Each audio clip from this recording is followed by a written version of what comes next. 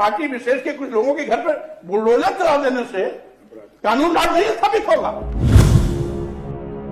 और सरकार के गाल पर चाटा भी है। अपराधियों ने जिस तरीके से सरकार को ठेंगा दिखाया, सरकार की कानून व्यवस्था को ध्वस्त किया, रौंद दिया, और साथ ही साथ अपराधियों का जब खुलासा हुआ तो चेहरे भी सत्तापस्य दिखाई पड़े।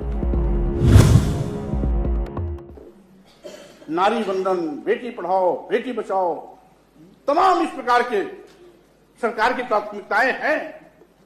उसके बावजूद भी बीएचयू जैसे विश्वविद्यालय में छात्रा के साथ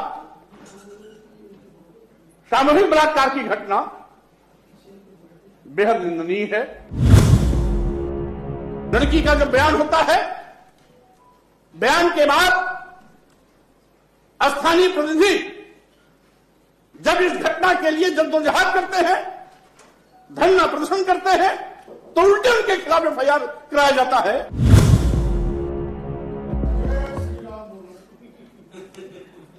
माननीय सभापति महोदय जी, विदूषक का भी रहना आवश्यक है। नहीं, आप बोलिए, अपनी बात कहिए आप। मानवर, आज जिस तरीके से 105 के अंतर्गत सूचना आपके समक्ष सदन में प्रस्तुत की गई है, वाकई में पूरी इंसानियत, मानवता, प्रदेश और देश को शर्मसार करने वाली है। माननीय प्रधानमंत्री जी की पार्लियामेंट विश्व का सुप्रसिद्ध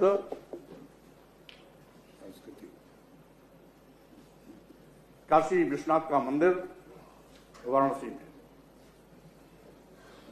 देश का सुप्रसिद्ध विश्वविद्यालय बीएचयू, और वहां की छात्रा के साथ जिस तरीके से 1 नवंबर 2023 की मध्य रात 1:30 बजे कुछ अराजक तत्वों द्वारा घटना कारित की गई, वो बेहद शर्मनाक है। और उन परिस्थितियों में तो और भी शर्मनाक है जब एक ओर सरकार इस बात के लिए प्रयास कर रही है कि महिला सशक्तिकरण अभियान चला रही है, महिलाओं को सम्मान देने की बात कर रही है, एंटी रोमियो दस्ता के माध्यम से अपराधियों को पकड़ने का अभियान चला रही है, और साथ ही साथ इस तरीके से लगातार नारी वंदन, बेटी पढ़ाओ, बेटी बचाओ, तमाम इस प्रकार के सरकार की प्राथमिकताएं हैं। उसके बावजूद भी बीएचयू जैसे विश्वविद्यालय में छात्रा के साथ सामूहिक बलात्कार की घटना बेहद निंदनीय है। और सरकार के गाल पर चाटा भी है। अपराधियों ने जिस तरीके से सरकार को ठेंगा दिखाया, सरकार की कानून व्यवस्था को ध्वस्त किया, रौंद दिया, और साथ ही साथ अपराधियों का जब खुलासा हुआ तो चेहरे भी सत्तापस्य दिखाई पड़े। यानी आज उत्तर प्रदेश में कानून व्यवस्था चल रही है, कानून व्यवस्था को अपराधियों ने मनचाहे तरीके से कुचला है। सरकार बेबस उसके सामने खड़ी है। घटना 1 तारीख की है, नवंबर की, 2 तारीख को एफआईआर होती है, 3 तारीख को स्थानीय पुलिस इन तीनों अभियुक्तों को बुला करके बैठा लेते हैं। सत्तापक्ष के ही लोगों के दबाव में उनको दूसरे दिन छोड़ दिया जाता है। लड़की का जब बयान होता है, बयान के बाद स्थानीय प्रतिनिधि जब इस घटना के लिए जद्दोजहद करते हैं, धरना प्रदर्शन करते हैं, तो उल्टे उनके खिलाफ एफआईआर कराया जाता है। उल्टा चोर कोतवाल को डांटे, यानी अपराधी अपराध मुक्त छोड़ दिया जा रहा है और जो न्याय की मांग कर रहा है उसकी आवाज को दबाया जा रहा है, कुचला जा रहा है।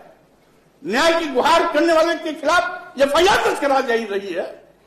और मानवर 2 महीने बाद लड़की के बयान के बाद जब पूरे प्रकरण का खुलासा हुआ, धरना प्रदर्शन आंदोलन तेजी के साथ आगे बढ़ा, तो 2 महीने बाद इन तीनों अभियुक्तों की गिरफ्तारी फिर होती है। कब? जब वहां का तत्कालीन एसीपी हटता है। पहले 3 नवंबर को जिस एसीपी ने इन तीनों अभियुक्तों को छोड़ा था वो सरकार के नाक का बाल था, और 2 महीने बाद जब वो स्थानांतरित होकर कहीं और जाता है, दूसरा एसीपी आता है, तो 2 महीने बाद उनकी गिरफ्तारी होती है। यानी आज कानून के रखवाले ही कानून के भक्षक बने हुए हैं। जिनके ऊपर जिम्मेदारी है कानून की रक्षा करने का, जिनके ऊपर जिम्मेदारी है पीड़िता को न्याय दिलाने का, जिनकी जिम्मेदारी है अभियुक्तों को जेल की सलाख में भेजने का, जिनकी जिम्मेदारी है कानून व्यवस्था को चुस्त और दुरुस्त करने का, वही कानून व्यवस्था की धज्जियां उड़ाने में शामिल है। और साथ ही साथ मानवर वो एसीपी जिससे अपराधियों को छोड़ा, हम समझते हैं ये तीनों बलात्कारी अपराधियों की तरह वो भी अपराधी है। और जो सत्ता सीट पर बैठे हुए लोग अपराधियों को संरक्षण देंगे, अपराधियों को खुला लूटने, बलात्कार करने, कानून की धज्जियां उड़ाने, गुंडा राज स्थापित करने की खुली छूट देंगे, तो स्वाभाविक रूप से सरकार के ढिंढोरा पीटने से कानून व्यवस्था दुरुस्त नहीं हो सकती। सरकार को निष्पक्ष रूप से अपराधी अपराधी होता है, उसकी कोई जाति नहीं होती, उसकी कोई पार्टी नहीं होती। अपराध का चरित्र अपराध करने वाली घटना पर निर्भर होता है।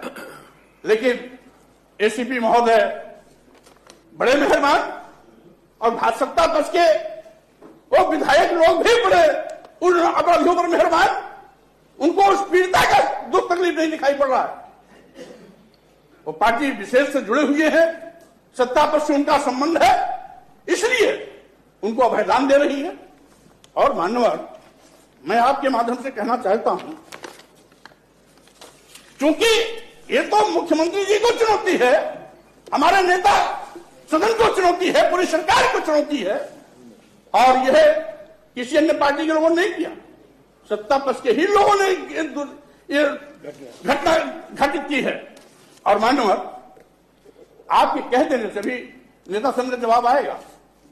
कानून राज बड़ी व्यवस्था दुरुस्त है, और तमाम ऊट पटांग उदाहरण भी देंगे। लेकिन आप तो डबल इंजन की सरकार, आप तो डबल इंजन की सरकार है, यहां पर भी है। शांत रहिए, शांत रहिए, जवाब देने के लिए माननीय बैठे।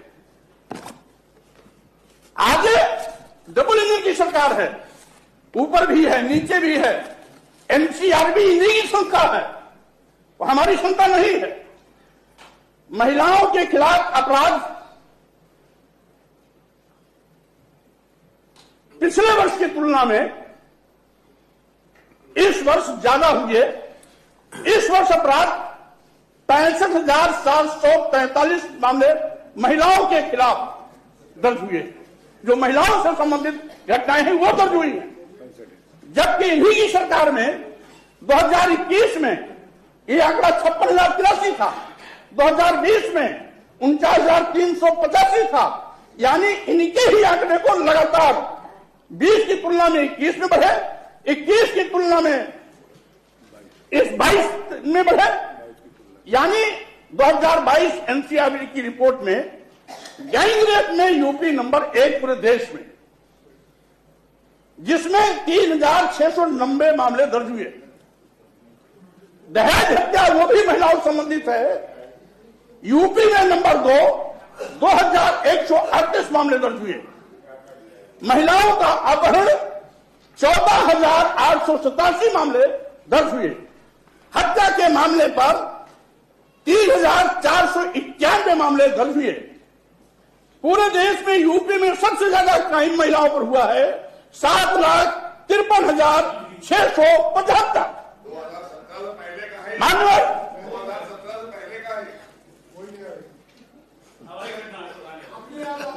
आपको भाई, अरे मोहसिन साहब शांत रहिए। मोहसिन नहीं, मौर्य जी अपनी बात पूरी करिए। अब तो आप समाप्त करिए। जवाब देने की हालत में भी आप नहीं है। अब आप जवाब देते। अब तो जिसको जवाब देने की जिम्मेदारी है वो देगा। मानवर यही नहीं, मौर्य जी आज हालात बद से बदतर। इसलिए हम ये सरकार से कहना चाहते हैं, केवल खाली ढोल पीटने से कानून व्यवस्था दुरुस्त होने वाली नहीं। अगर अपराधी के साथ भेदभाव होगा कि अपराधी हमारी जात का है, अपराधी हमारी पार्टी का है, अपराधी हमारे संगठन से जुड़ा है, अपराधी हमारा है, तो कभी न्याय नहीं मिलेगा, कानून व्यवस्था कभी दुरुस्त नहीं हो सकती है। इसलिए मानव सरकार होती है। अगर सरकार की हनक खत्म तो स्वाभाविक रूप से अपराधियों के हौसले बढ़ेंगे। अगर सरकार की हनक कायम तो अपराधी डरेगा। केवल पार्टी विशेष के कुछ लोगों के घर पर बुलडोजर चला देने से कानून राज नहीं स्थापित होगा। दुर्भावना से पार्टी विशेष के कार्यकर्ताओं के खिलाफ तथ्यहीन आरोप लगाकर एफआईआर करा करके अगर सरकार धौल जमा करके कानून राज स्थापित करने का रौब तालीब करती है, ये सभी कभी संभव नहीं है। इसलिए निष्पक्ष भाव, अब समाप्त पारदर्शी तरीके के साथ जब सही मायने में कानून राज स्थापना की भावना मन में होगी, तभी जाकर के इसका कार्यान्वयन हो सकता है। और हालात तो मानव बल से बदतर हैं। आज मैं केवल एक उदाहरण देना चाहूंगा। हम लोग हमसे जुड़े रहने के लिए हमारे YouTube चैनल को सब्सक्राइब करें और नई वीडियो की नोटिफिकेशन के लिए बेल आइकॉन को दबाएं। अगर आप ये वीडियो Facebook पर देख रहे हैं तो लाइक जरूर करें और ज्यादा से ज्यादा शेयर करें। धन्यवाद।